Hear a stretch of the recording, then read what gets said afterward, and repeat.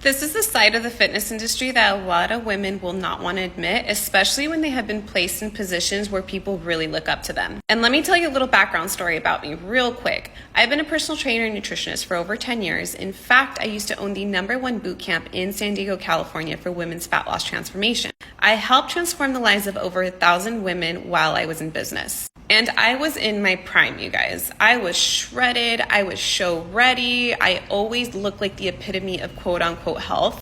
And I would get compliments all the time from strangers walking on the street like, oh my gosh, like how do I look like you? And unfortunately, I got questions from my boot camp members too, which I look back on it now and I'm like, God, like the advice I used to give is horrendous.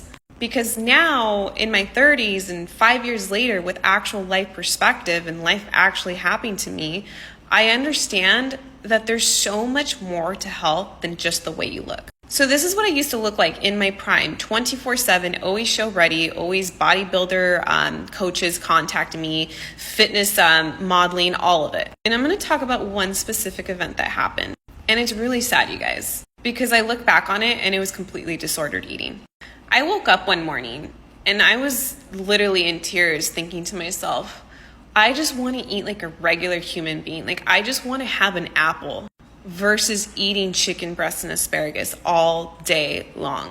When I looked like this, you guys, I was absolutely miserable.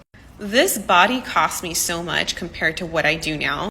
And it's sad because I was running a fitness gym and people looked up to me and they thought I was healthy when in reality, I couldn't even eat a freaking blueberry, like one tiny little blueberry without freaking out.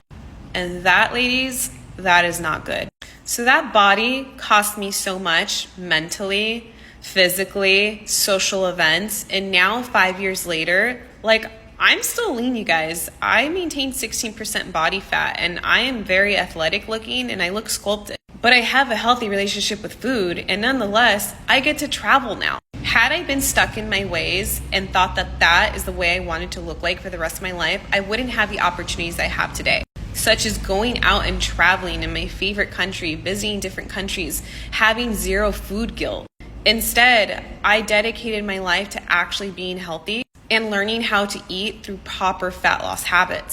And that's what I dedicate now. And I feel fully confident 100% that I'm not lying to anyone. I'm not lying to myself like the way I did when I had that shredded body.